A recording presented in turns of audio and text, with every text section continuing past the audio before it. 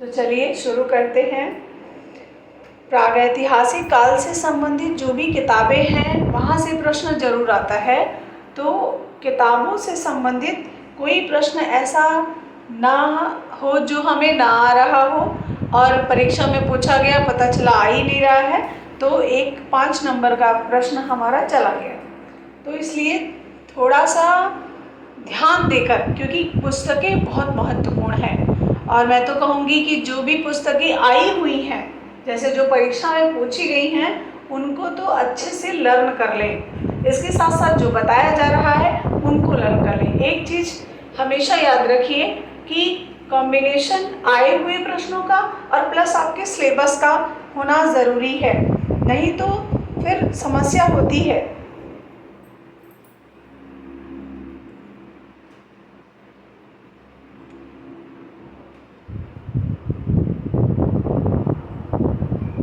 चलिए अब बात करते हैं किताबों की। प्रागैतिहासिक काल से संबंधित कौन कौन सी पुस्तकें पूछी जा सकती हैं, उनके विषय में बात करते हैं। एक बहुत प्रसिद्ध पुस्तक है जिसका नाम है प्री हिस्टोरिक इंडिया। ये कई बार पूछी जा चुकी है पुस्तक। प्री हिस्टोरिक इंडिया किसने लिखी है और कब लिखी है? तो प्री हिस्टोरिक इंडिया, पहले हम यहाँ पर डालते हैं प्रागैतिहासिक कालीन पुस्तकें।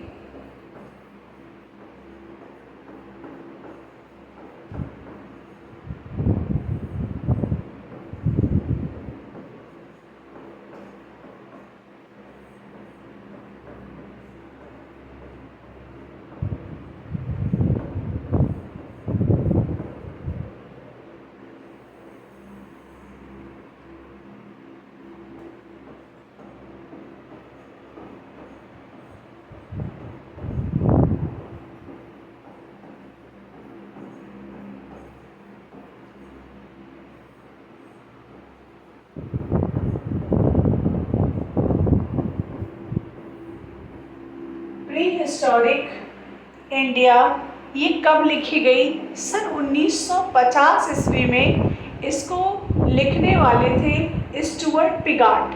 तो 1950 में यह पुस्तक लिखी गई और लिखा किसने? स्टुअर्ट पिगाट ने।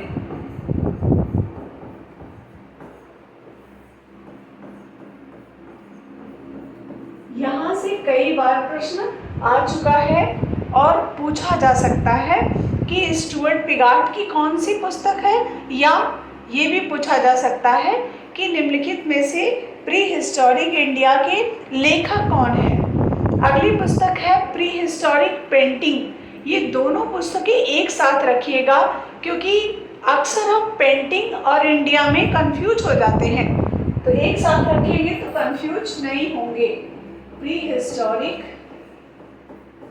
पेंटिंग,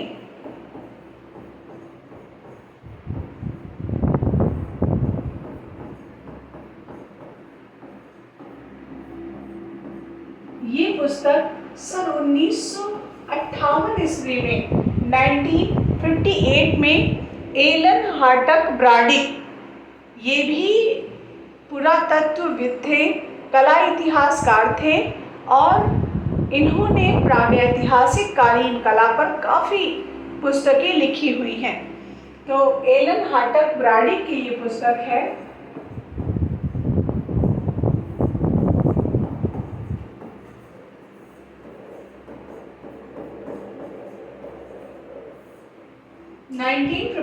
में इस पुस्तक को इन्होंने लिखा था, एलन हार्टक ब्राडिक ने।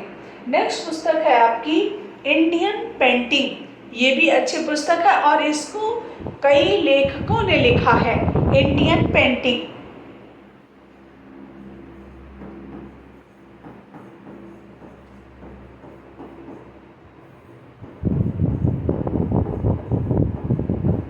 लेकिन इसका जो हम आंसर देते हैं इंडियन पेंटिंग, इसको हम कहते हैं कि सन 1929 ईस्वी में इसको पर्सी ब्राउन ने लिखा था।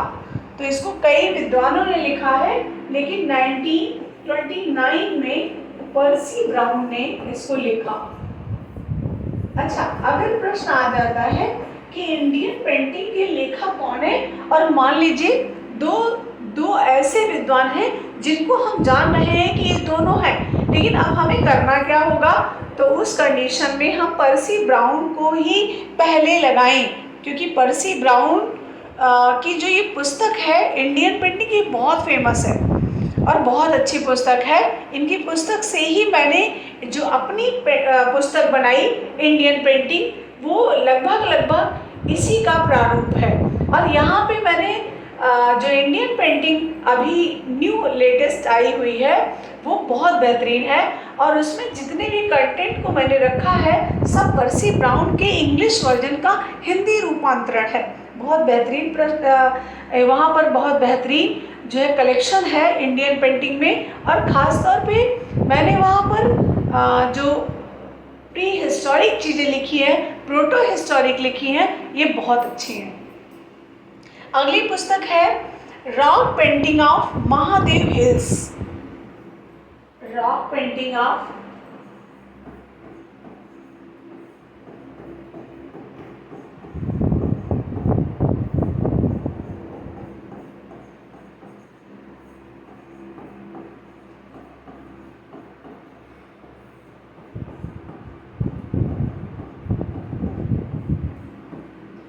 पेंटिंग ऑफ महादेव हिल्स, ये पुस्तक सन 1936 ईस्वी में D.H.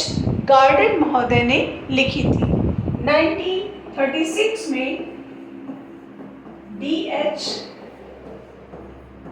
गार्डन महोदय ने लिखी थी। D.H. गार्डन। नेक्स्ट पुस्तक है हमारी जिसका नाम है प्री हिस्टोरिक टाइम्स।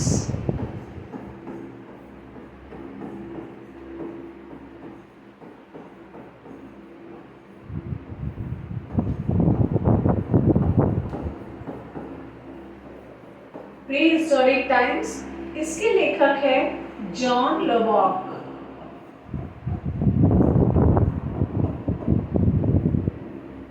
इसके लेखक कौन है? जॉन लोबॉक। इन्होंने ये पुस्तक लिखी। अगली पुस्तक है भारतीय प्रागैतिहासिक चित्रकला।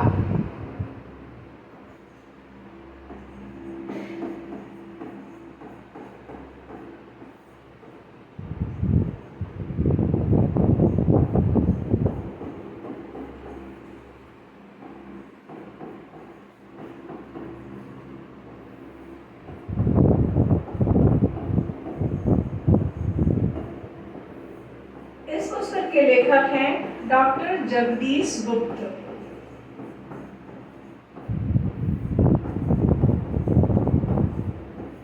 इस पुस्तक के लेखक कौन हैं? डॉक्टर जगदीश गुप्त। और डॉक्टर जगदीश गुप्त ने ये पुस्तक लिखी है और ये भी पुस्तक मेरे पास है। इसका भी कलेक्शन हमने इंडियन पेंटिंग में डाल रखा है। इंडियन पेंटिंग में हमने लगभग आपके जगदीश गुप्ता, पर्सी ब्राउन और वासुदेव शरण अग्रवाल, इन तीनों पुस्तकों का अध्ययन करके मैंने एक पुस्तक, और श्री रायकृष्ण दास की भी पुस्तक उसमें शामिल है और बहुत अच्छी पुस्तक है। अगर जिसके पास वो नहीं होगी उसको आप लोग ले ज़रूर लीजिएगा, क्योंकि वो पुस्तक बहुत ही सरल भाषा में और बहुत बेहतरीन। थोड़ा सा शुरू के दौर में जब हमने पुस्तकें लिखी, कंटेंट तो बहुत अच्छे रहे नो डाउट, लेकिन उसमें टाइपिंग मिस्टेक्स बहुत हुआ। और जो अब जैसे प्रैक्टिस सेट आया है और जो और पुस्तकें आने वाली हैं वो बहुत बेहतरीन। जो कमियां थी, हमेशा अगर हम अपनी कमियों को देखते रहे, दूसरे की कमियों को नहीं, अगर हम हमेशा अपनी कमियों को देखते रहे तो हमें आगे बढ़ने से कोई रोक नहीं सकता है। हमेशा आप अपनी कमी को देखें। यदि हम अपनी कमी को देखते, जैसे मैंने जब पुस्तक लिखी थी तो मैंने ये देखा था, जब मार्केट में वो किताबें आ गई मेरी, तब मैंने इस चीज़ को रियलाइज़ किया, समझा कि इसमें क्या कमी है। और उस कमी को मैंने इसीलिए मैंने चित्रकार की जो बुक हमारी थी उसको मैंने फिर से नहीं निकाला। इसलिए नहीं निकाला कि मैं उस पर और बेहतर काम कर सकूं, नहीं तो निकालने को तो बहुत डिमांडेड किताब थी वो, और मैं निकाल भी सकती थी क्योंकि मेरे पास बनी बनाई थी। लेकिन मैंने उसको नहीं निकाला। इतने स्टूडेंट वंचित रह गए उस किताब से, लेकिन मैंने उसको दोबारा निकाला नहीं। सिर्फ इसलिए नहीं निकाला कि मैं उस पर काम अच्छा नहीं कर पा रही थी, समय के अभाव की वजह से मैं उसको समय ही नहीं दे पा रही थी। और अब मैंने समय दिया, काफ़ी बेहतरीन बुक उसको मैंने बनाया। तो हमेशा एक बात का याद रखिए, कभी भी दूसरे की कमियों को ना देखें। अगर हम अपनी कमियों को देखते हैं तो हम एक बेहतरीन रिजल्ट अपने लिए प्राप्त कर पाते हैं। और दूसरे की कमियों को देखने वाला हमेशा क्या करता है, वह दूसरे को ऊपर उठाता है, अपने आप को नहीं, हमेशा दूसरे को ऊपर उठाने का प्रयास करता है। अगली पुस्तक है early history of India. Early history of India.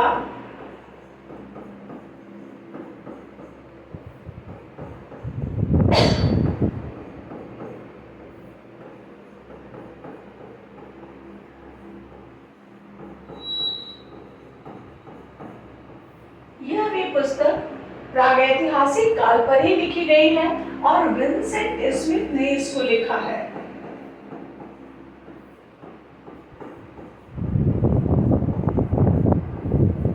इसके लेखक हैं विंसेंट स्मिथ।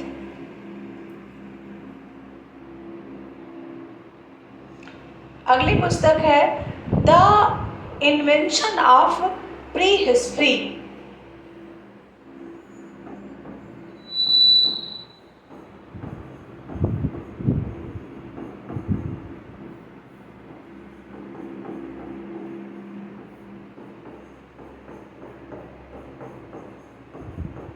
प्री हिस्ट्री आए तो भी या प्री हिस्टोरिकल आए तो भी, अगर प्री हिस्ट्री आए तो भी और प्री हिस्टोरिकल आए तो भी, इस पुस्तक के लेखक हैं स्टेफानोस गैरोलानेस।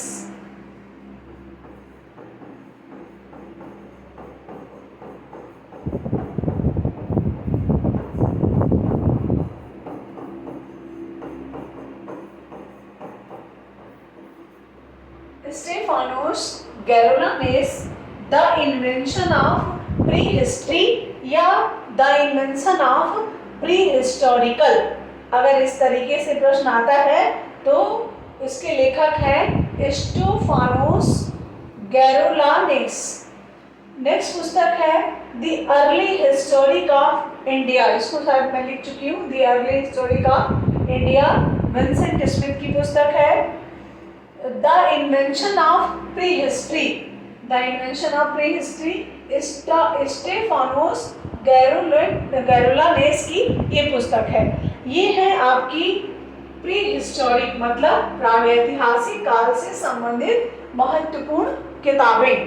अब हम आपको कुछ रंग के विषय में, जो कि पिछली क्लास में अधूरा रह गया था या हम हो सकता है बहुत अच्छे से समझा ना पाए हो इस बात को, तो हम एक बार फिर से उस रंग की विशेषता को, प्रागैतिहासिक काल में जो रंगों का कलेक्शन है उसके विषय में बताने का प्रयास करते हैं।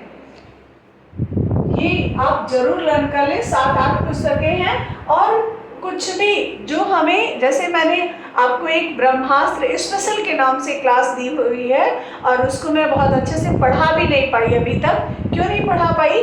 क्योंकि जब हम अच्छा वर्क नहीं कर पाते तो हम उसको समझते हैं कि इसको अभी रोक लिया जाए तो बेहतर है।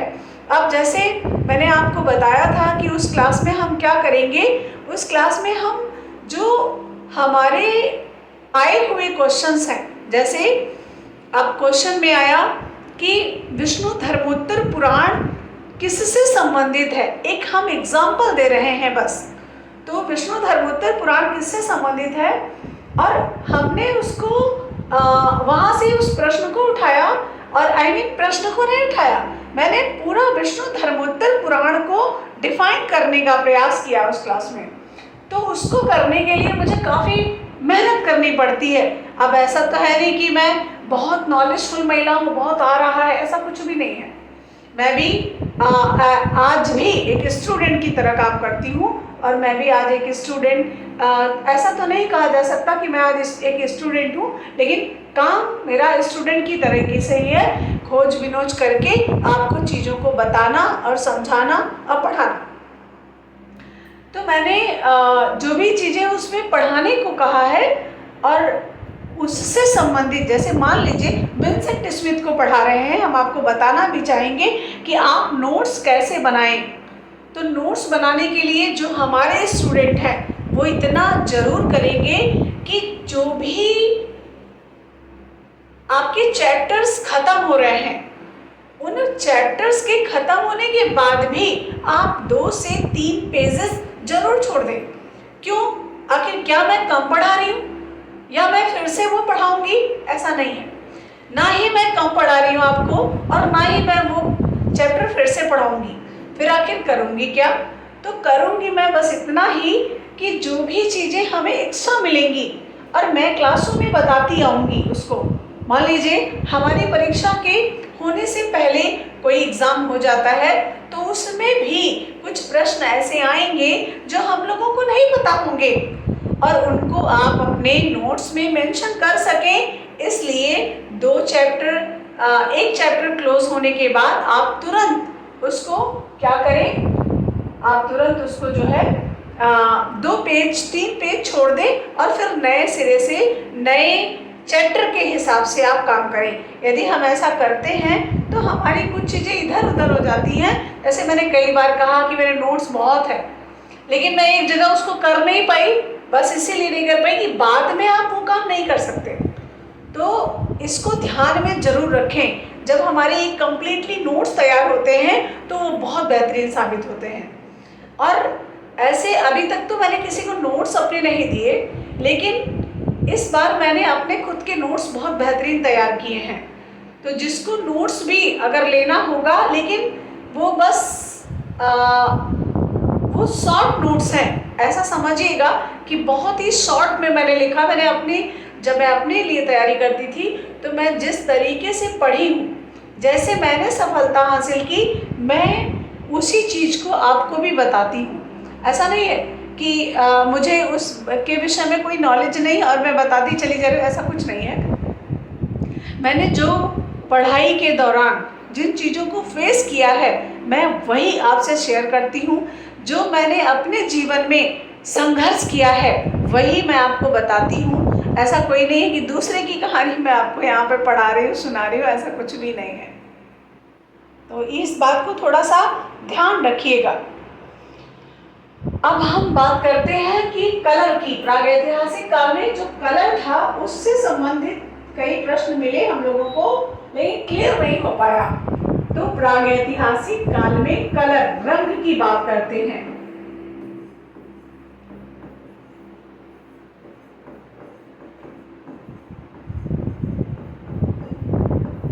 रंगों का प्रयोग।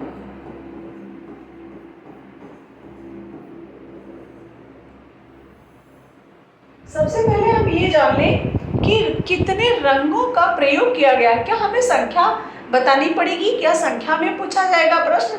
नहीं, बिल्कुल भी नहीं। संख्या में तो कतई प्रश्न पूछा ही नहीं जा सकता। आखिर पूछा कैसे जाएगा? जैसे किन रंगों का प्रागैतिहासिक काल के मानव ने प्रयोग किया है, तो लाल रंग आप बार बार जानते हैं और ये बहुत ही कॉमन कलर था, मतलब हर गुफा में ये रंग यूज हुआ है। इसको गेरू या हिरमच या हिरौंजी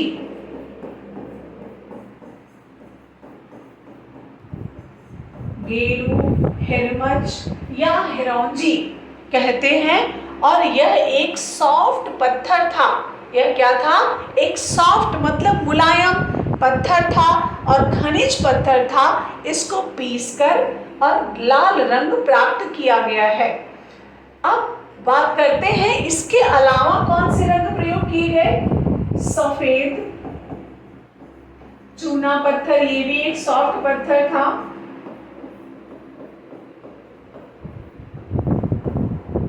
चूना पत्थर, सफेद रंग प्राप्त हुआ है उससे, या खड़िया से भी। और ये खड़िया क्या है, कभी पूछ लिया गया, तो यह खड़िया भी आपका एक खनिज रंग है। दूसरा हरा, भूरा, काला, बैंगनी,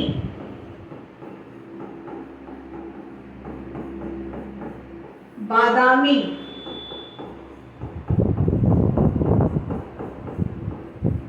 और अपवाद स्वरूप नीला।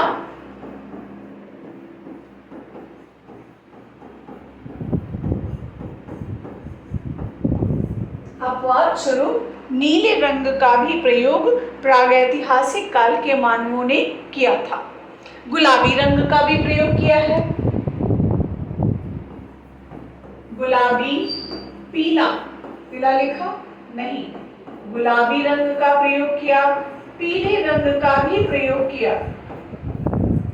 अब थोड़ा सा ये समझिएगा कि हो सकता है कि उस समय लाल, काला, सफेद इन 3 रंगों का प्रयोग ज्यादा किया गया होगा, लेकिन हम हरा कहाँ से पा रहे हैं, हम नीला कहाँ से पा रहे हैं, वो सिर्फ और सिर्फ जितना मेरा समझदारी कहता है और मेरी जो मैंने बुकों का अध्ययन किया उससे मैं समझकर आपको बता रही हूँ कि प्रागैतिहासिक काल का मानव इतना बुद्धिमान, इतना इंटेलिजेंट नहीं था कि वो रंग बिरंगे जो है रंगों को लगा लगा के चित्र बना रहा था, ऐसा नहीं था। हो सकता है जो पुरातत्वविदों ने अध्ययन किया उस समय लगभग 19वीं शताब्दी के दौरान वे रंग जो है ऑक्सीकृत होकर, मतलब रासायनिक क्रियाएं हुई होंगी और उसके दौरान वे रंग अन्य रंगों में कन्वर्ट हो गए होंगे, अन्य रंगों में मिल गए होंगे या उसके कलर चेंज हो गए होंगे, ऐसा मेरा मानना है। और ऐसा लिखा भी मिलता है कि प्रागैतिहासिक काल के मानव ने लाल, सफेद रंग का ज्यादा यूज किया। लेकिन अब हमने आपको पिछली क्लास में ये बताया था कि लाल के साथ यदि काला है आंसर में तब हम, और लाल के साथ सफेद है ऑप्शन में, तब हम क्या करें, इसी पर बात फंसी हुई है। मैंने जो उस समय बताया था वही आज फिर भी बता रही हूँ, क्योंकि हम एक गुफा से ये तय नहीं कर सकते हैं। जैसे हमारे अंदर एक कमी है, वो कमी ये है कि कंटिन्यूटी ना बना पाना क्लासों की, और दूसरी कमी ये है कि जब कंटिन्यूटी नहीं बनी हमारी तो हमारा समय से कोर्स कंप्लीट ना होना, सीधी सी बात है। देखिए, हमने आज तक कभी किसी को जीवन में भ्रम में नहीं रखा और ना मैं स्वयं भी भ्रम में रही हूँ।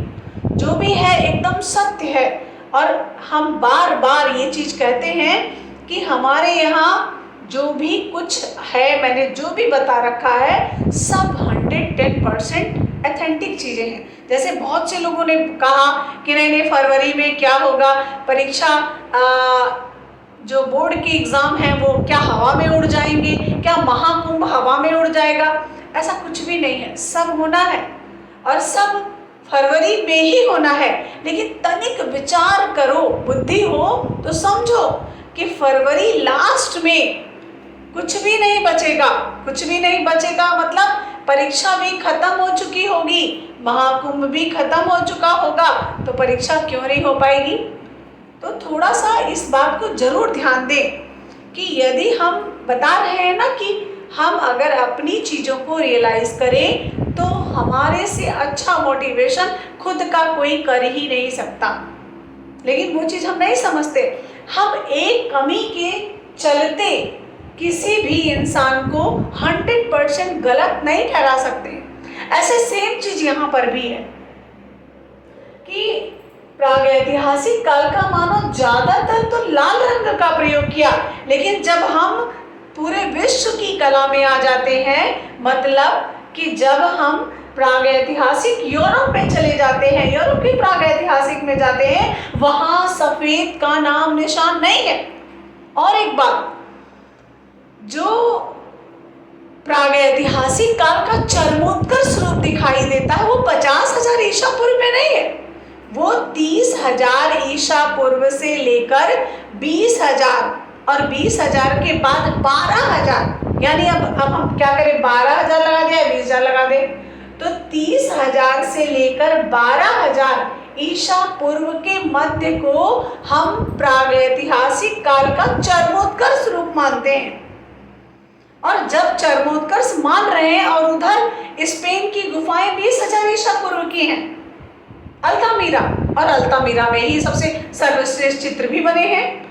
तो जब हम वहां पर सफेद पा ही नहीं रहे हैं तो हम सफेद को साथ में कैसे लगा सकते हैं? सिर्फ एक गुफा के द्वारा हम ये नहीं कह सकते कि लाल और सफेद रंगों का प्रयोग प्रागैतिहासिक कालीन गुफाओं में अधिक हुआ है, नहीं कह सकते। इस बात को थोड़ा सा समझिएगा आप सभी लोग कि हम जब भी किसी पर डिसीजन लेते हैं तो वो चारों तरफ को समझकर सोचकर ही लेना चाहिए। ऐसे हम अगर कह दें कि नहीं नहीं लाल के साथ सफ़ेद लगा हुआ है, बेटका में भी पंचमढ़ी में भी, तो पूरे भारत में 2 ही गुफा ऐसी नहीं है जो हम पूरा डिसीजन उस पर डिपेंड करता है, डिसीजन हम तुरंत दे दें। तो जब भी आपको ऐसा प्रश्न मिलेगा तो लाल के साथ काले का ही ऑप्शन चुने। हाँ, यदि नहीं होता है तो लाल के साथ सफेद ऑप्शन चुनना गलत नहीं होगा। जो हमारा पहला ऑप्शन होगा वह होगा लाल व काला। कितने प्रागैतिहासिक कालीन चित्रों में सीमा रेखाएं, या हम कह सकते हैं अल्तामीरा में सीमा रेखा काले रंग से बनाई गई है, और काले रंग का प्रयोग अल्तामीरा में बहुत हुआ है।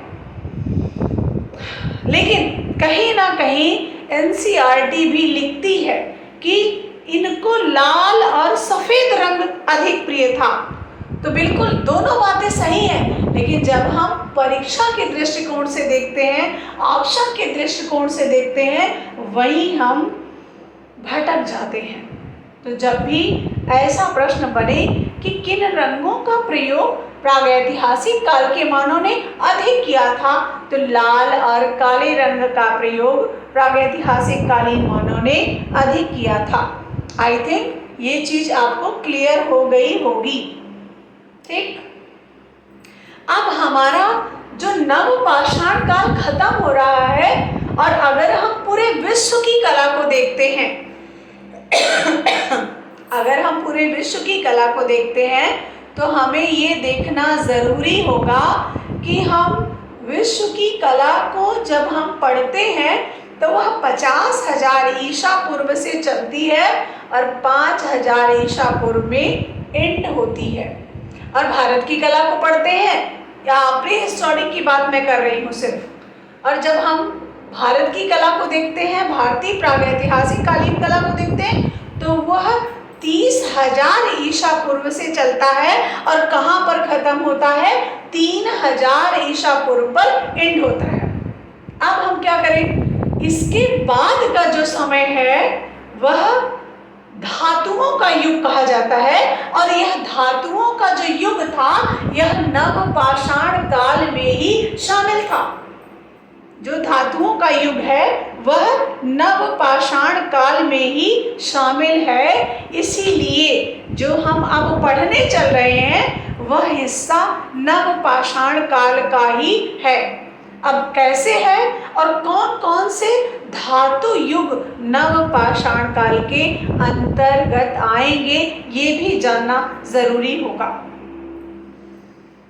ये क्लियर हो गया सभी स्टूडेंट को। अब हम आगे बढ़ते हैं और आगे बढ़ के हम ताम्रपाषाण काल को पढ़ेंगे।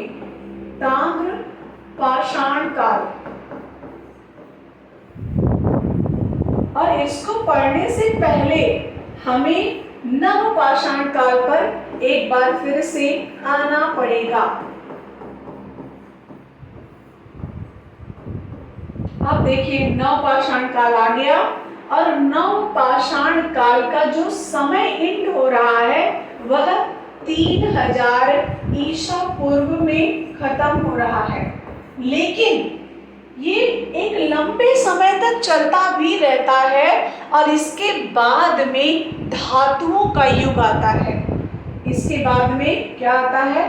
धातुओं का प्रयोग आता है, धातुओं का युग आता है। और धातुओं के युग में 3 युग युग आते हैं। धातुओं के युग में 3 युग आते हैं। एक है आपका ताम्र संस्कृति, एक है कांस्य संस्कृति और तीसरा है लौह संस्कृति। ये तीनों युग आपके चले आएंगे नवपाषाण काल में। ये तीनों युग आपके कहाँ आएंगे? नवपाषाण काल में आएंगे। पहला तांबे का प्रयोग हुआ नवपाषाण काल में, फिर कांसे का प्रयोग हुआ नवपाषाण काल में, फिर लोहे का प्रयोग हुआ नवपाषाण काल में। अब ये थोड़ा सा विचित्र बात आपको लग रही होगी कि नहीं, ये तो लोहे का प्रयोग तो जब सैंधव सभ्यता में नहीं हुआ तो कैसे यहाँ पर हो सकता है? ये विचार में आना चाहिए, बिल्कुल आएगा ही। जो हमारे स्टूडेंट वाकई काबिल हैं उनके दिमाग में ये प्रश्न आएगा और आना भी चाहिए। और इसके लिए हम आपको तर्क के साथ इसका आंसर देने का प्रयास करेंगे। हमने जो आपको अभी नवपाषाण काल बताया है वह नवपाषाण काल भारत की बात नहीं करता है, पूरे विश्व की कला की बात करता है। और पूरे विश्व की कला का आपको इतिहास पता है, 50,000 से शुरू हो रहा है। ये 50,000 ईसा पूर्व से शुरू हो रहा है और 5,000 पर जाकर खत्म हो रहा है। अब हम इसी में हमारा वैदिक सभ्यता, सैंधव सभ्यता। अब ये बहुत लॉजिकल है, थोड़ा सा समझिएगा, अभी आपको सब समझ में आ जाएगा। ये तीनों सभ्यताएं हम शामिल कर रहे हैं। कैसे? हमने एक प्रश्न अभी पढ़ा था हाल ही में कि जोगीमारा की गुफा किस काल की है, पढ़ा था? क्यों हरिओम विश्वकर्मा जी, अभी एक प्रश्न नाच रहा था सबके आंखों के सामने कि जोगीमारा की गुफाएं किस काल की हैं, और हमने आपको बता रखा है कि मौर्यकालीन है और वैदिक काल की हैं। लेकिन एक ऑप्शन हमने आपको यह भी बता रखा है कि ये गुफाएं प्रागैतिहासिक कालीन कला को भी दर्शाती रही होंगी। ये भी समझिए। अब प्रश्न बनता है कि भाई क्यों प्रागैतिहासिक कालीन कला को क्यों दर्शाएंगी? वो इसलिए दर्शाएंगी क्योंकि जो वैदिक काल है, जो सिंधु सभ्यता है, उसका कहीं ना कहीं अटैचमेंट संबंध जो है वह नवपाषाण काल से बना रहता है। बस इसीलिए कभी कभी हम क्या करते हैं, सैंधव सभ्यता को आद्य ऐतिहासिक काल में ना रखकर जब ऑप्शन में नहीं होता है तब की बात करते हैं और इसको उठाकर चले आते हैं नवपाषाण काल में या प्रागैतिहासिक काल में रख देते हैं। ऐसा होता है कि नहीं? बिल्कुल नेचुरल भी है, मानव के द्वारा बनाई भी नहीं गई है। इसीलिए जब हम कभी ऑप्शन के अकॉर्डिंग आंसर देते हैं तो हम उसको समझकर, जैसे एक प्रश्न अभी आया था 2016 की परीक्षा में, टीजीटी में पूछा गया था कि प्रागैतिहासिक काल के मानव ने सांप्रदायिक सभाएं की या नहीं की?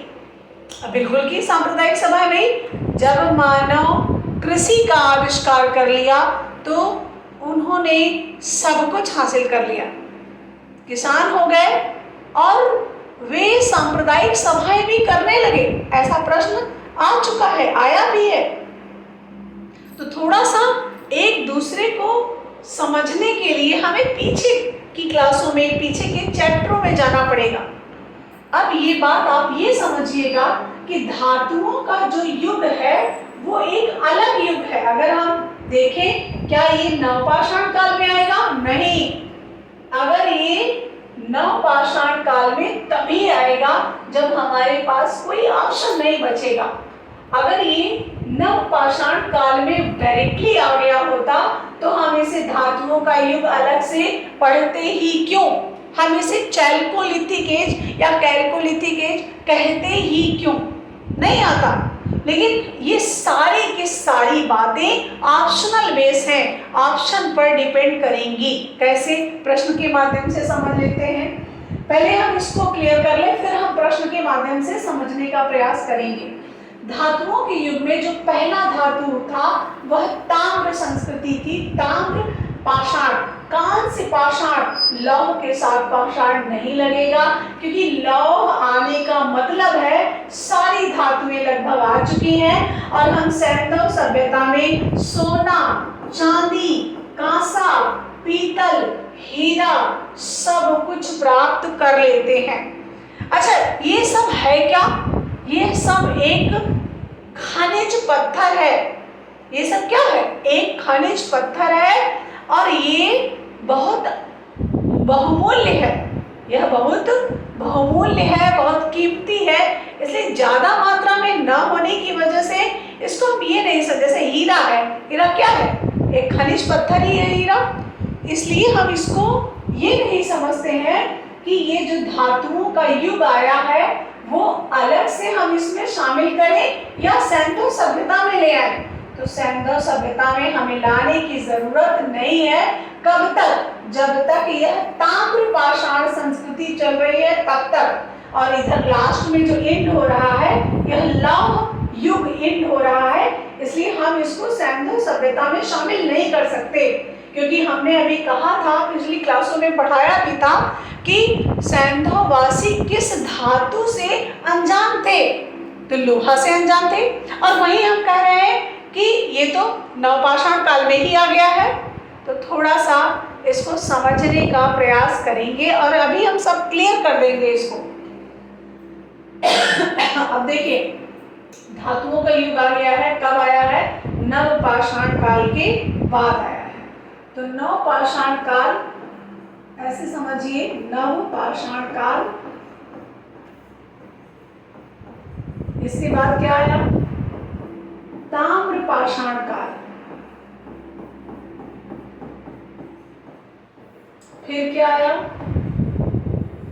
कांस्य युगीन सभ्यता यानी सैंधव सभ्यता। ये भारत की बात कर रहा है, बाकी कांस्य युगीन पूरे विश्व में फैल चुकी है।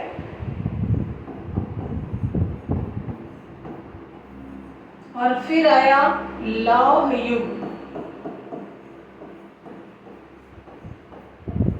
लेकिन यह युग बिल्कुल अलग ही रहा।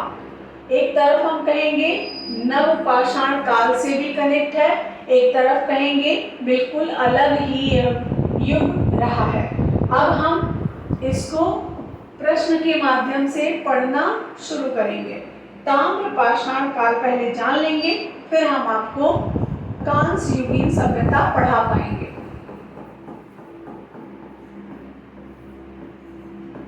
ताम्रपाषाण काल कहिए, चाहे इसे चैल्कोलिथिक कहिए, चाहे इसे कैल्कोलिथिक कहिए,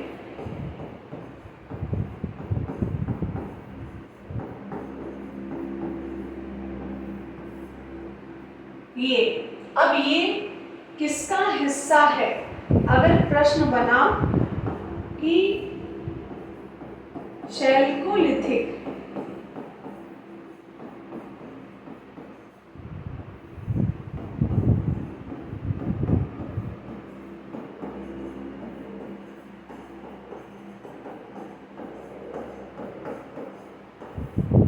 किस काल के अंतर्गत आता है? ठीक, ऑप्शन दिया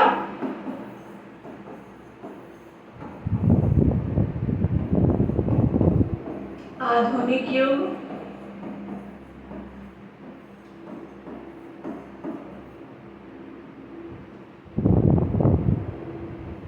प्रागैतिहासिक युग, आद्य ऐतिहासिक युग,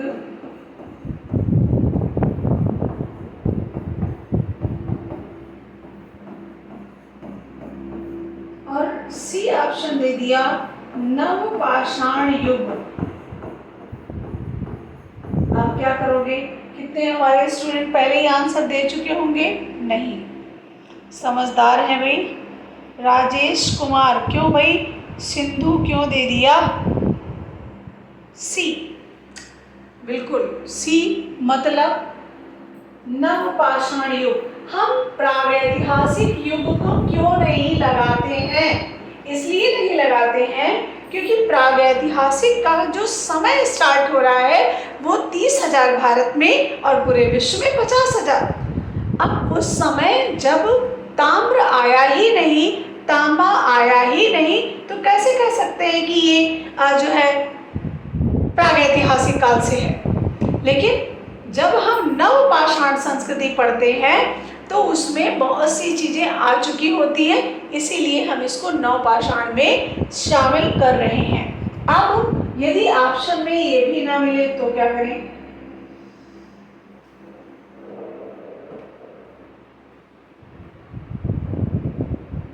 अब हम इसको हटाते हैं। अब क्या करना चाहिए हमको? अब ऐसे में हमारा राइट आंसर क्या होना उचित होगा? बिल्कुल ए होगा। अगर हम ये भी हटा देते हैं तो, अगर हम ये भी हटा देते हैं तब क्या होगा? अब क्या होगा? और एक ऑप्शन बढ़ाते भी हैं, एक ऑप्शन हम बढ़ाते भी हैं और उसको बढ़ा देते हैं सी, इनमें से कोई नहीं।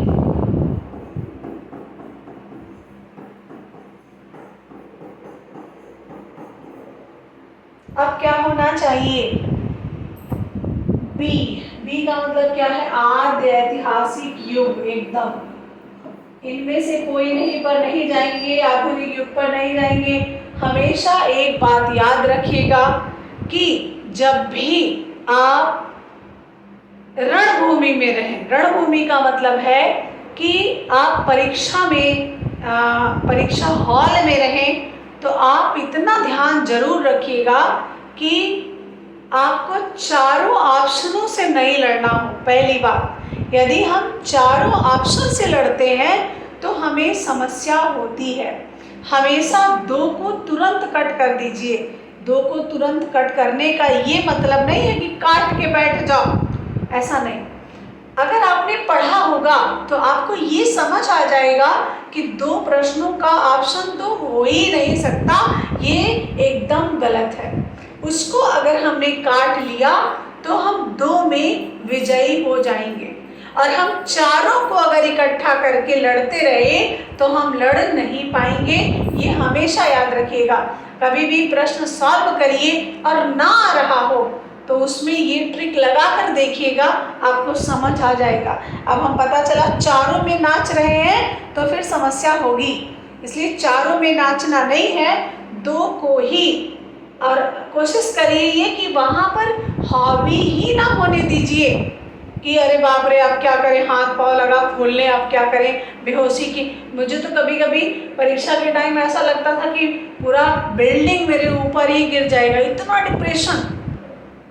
जानते हैं क्यों होता है? ये इसलिए होता है कि या तो हमारी पढ़ाई कमजोर किया मैंने, और या तो फिर इतना सोच लिया कि अब क्या होगा, अगर सिलेक्शन नहीं होता है तो क्या होगा, तो वहीं पर हम डिफीट खा जाते हैं। और अगर हम ये समझते हैं कि नहीं हमने पढ़ा है और मेरा सिलेक्शन जरूर होगा, दोनों चीजें जो मैं बता रही हूँ दोनों चीजें मेरे साथ घटित हो चुकी हैं।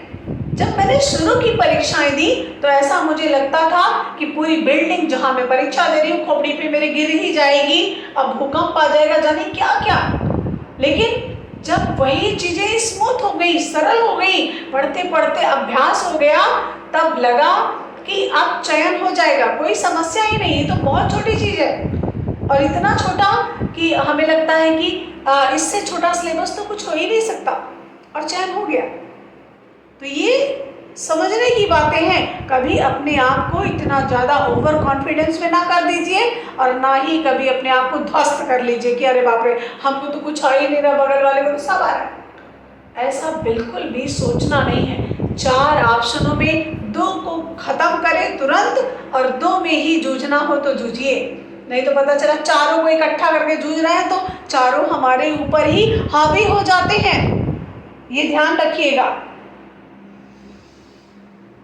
अब हम कैलकोलिथिक की बात कर रहे थे। अगर ऑप्शन ऐसा मिलता है तो हम आद्य ऐतिहासिक युग करते हैं, नहीं तो हम क्या कर लेंगे, हम चले आएंगे नवपाषाण काल में, सीधी सी बात। अब हम आपको चैल्कोलिथिक पढ़ाने के बाद जो दूसरा युग था कांस्य युग, उसके विषय में बताकर फिर हम कांस्यकालीन सभ्यता को शुरू करेंगे।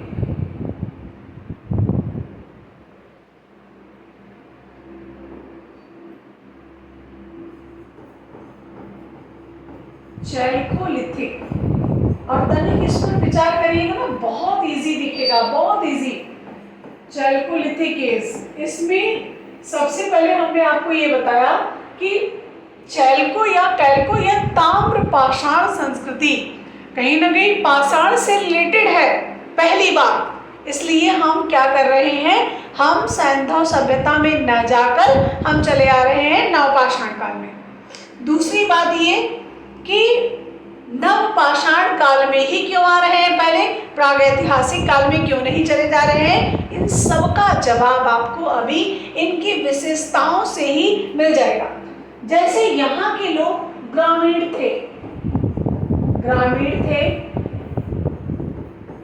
कच्चे घरों को बनाते थे, पकी ईंटों को नहीं जानते थे।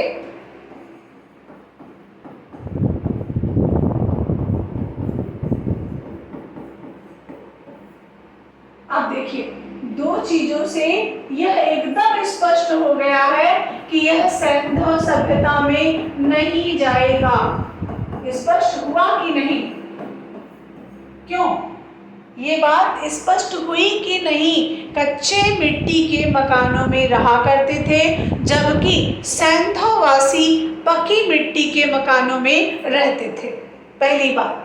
दूसरी बात कि ग्रामीण थे, सैंधववासी शहरी थे, ये खानाबदोश जीवन यापन करते थे, ये खानाबदोश जीवन यापन नहीं करते थे। समझ रहे हैं? इसीलिए हम इसको सैंधव सभ्यता से कनेक्ट नहीं करेंगे।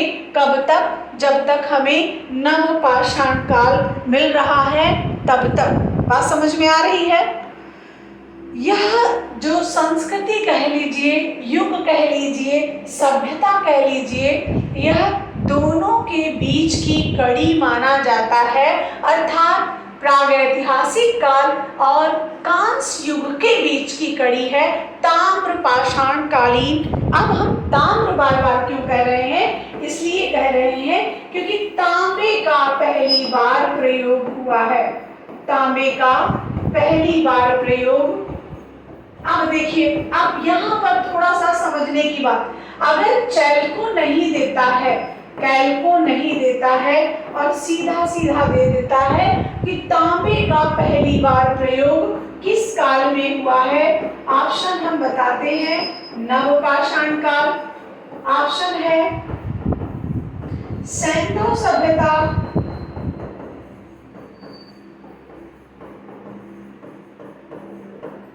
अब क्या करना चाहिए, जब हम तांबे को ले ही नहीं रहे हैं, ताम्र पाषाण कालीन हमें मिल ही नहीं रहा है, अब हम क्या करें?